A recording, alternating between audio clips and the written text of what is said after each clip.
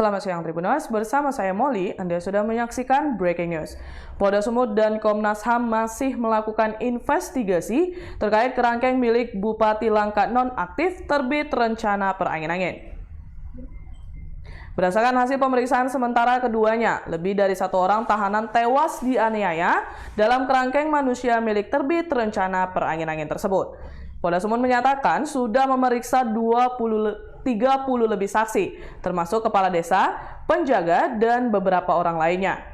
Polisi juga menyebut segera memeriksa Bupati Langkat nonaktif yang saat ini telah ditahan oleh Komisi Pemberantasan Korupsi atau KPK. Mereka akan berkoordinasi dengan KPK soal pemeriksaan terbit yang sudah dijebloskan ke penjara karena dugaan suap. Kabid Humas Polda Sumut Kombes Hadi Wahyudi menyampaikan bahwa rencana pemeriksaan sudah disampaikan oleh Kapolda Sumut, Irjen Pol Pancaputra Simanjuntak. Meski demikian, Polda Sumut belum memberitahu kapan proses pemeriksaan terbit rencana perangin-angin. Komisioner Pemantauan dan Penyelidikan Komnas HAM, Khairul Adnam, menyebut mereka menemukan lebih 1 orang meninggal dunia akibat dugaan penganiayaan. Dia menyebut meninggalnya para tahanan karena mendapat penganiayaan selama ditahan di kerangkeng milik terbit rencana perangin-angin. Penganiayaan diduga dilakukan secara terstruktur dan sistematis.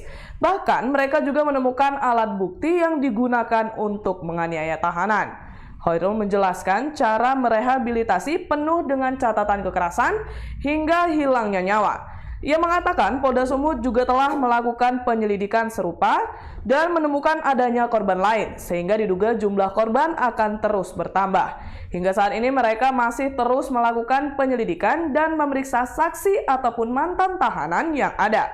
Komnas HAM juga meminta polisi dan instansi terkait dapat melindungi saksi mereka guna keamanan.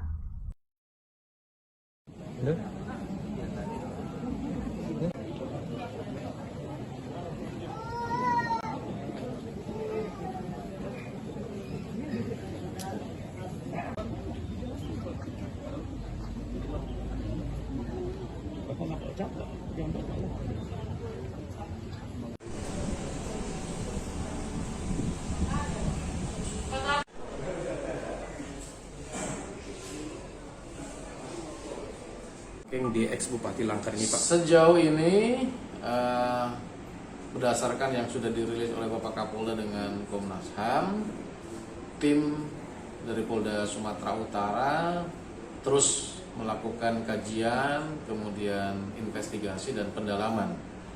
Jadi nanti hasilnya apa tentu itu bagian dari hasil pengembangan penyidikan yang sampai saat ini belum kita bisa sampaikan ke masyarakat. Tapi yang jelas tim kita terus bekerja.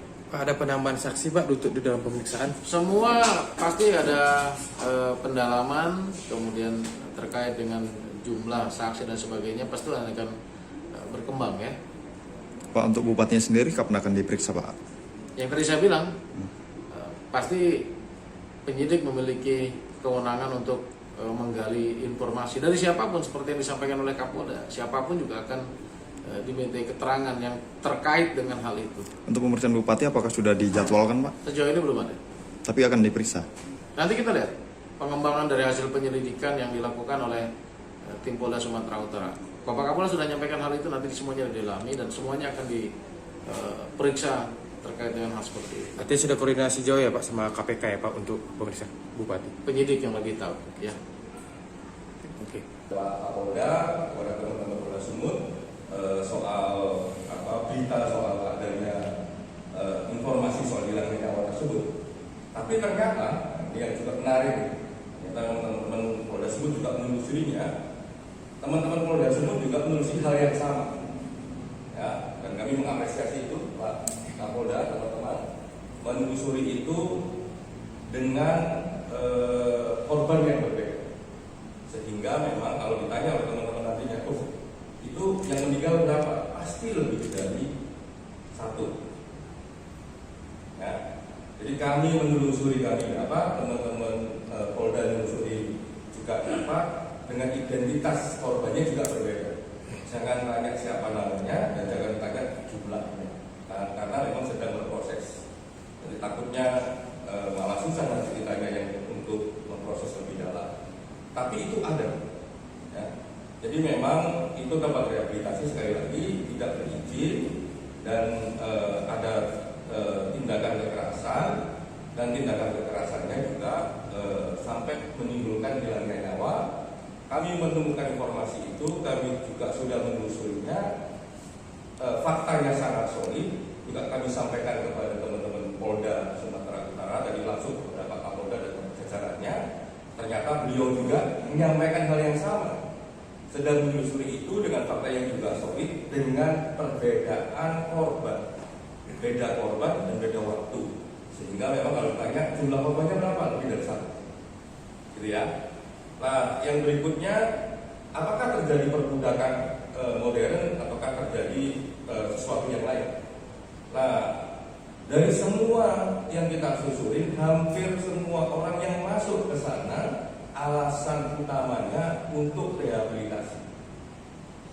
Ya, alasan utamanya untuk rehabilitasi, bukan alasan utamanya untuk mencari pekerjaan. Itu yang pertama secara fakta. Jadi kami telusuri semua itu kesaksian-kesaksian, termasuk korban, masyarakat, banyak hal yang mengatakan hampir semuanya memang itu mereka masuk ke sana untuk rehabilitasi.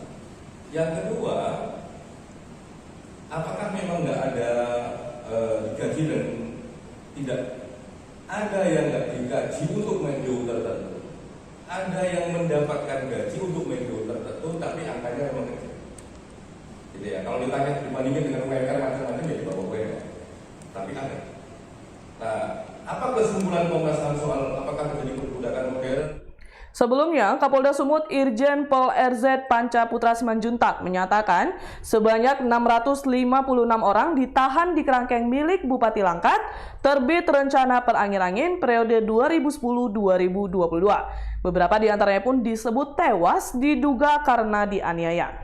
Demikian breaking news kali ini. Nantikan terus informasi terbaru lainnya di Facebook dan kanal YouTube Tribun Medan TV.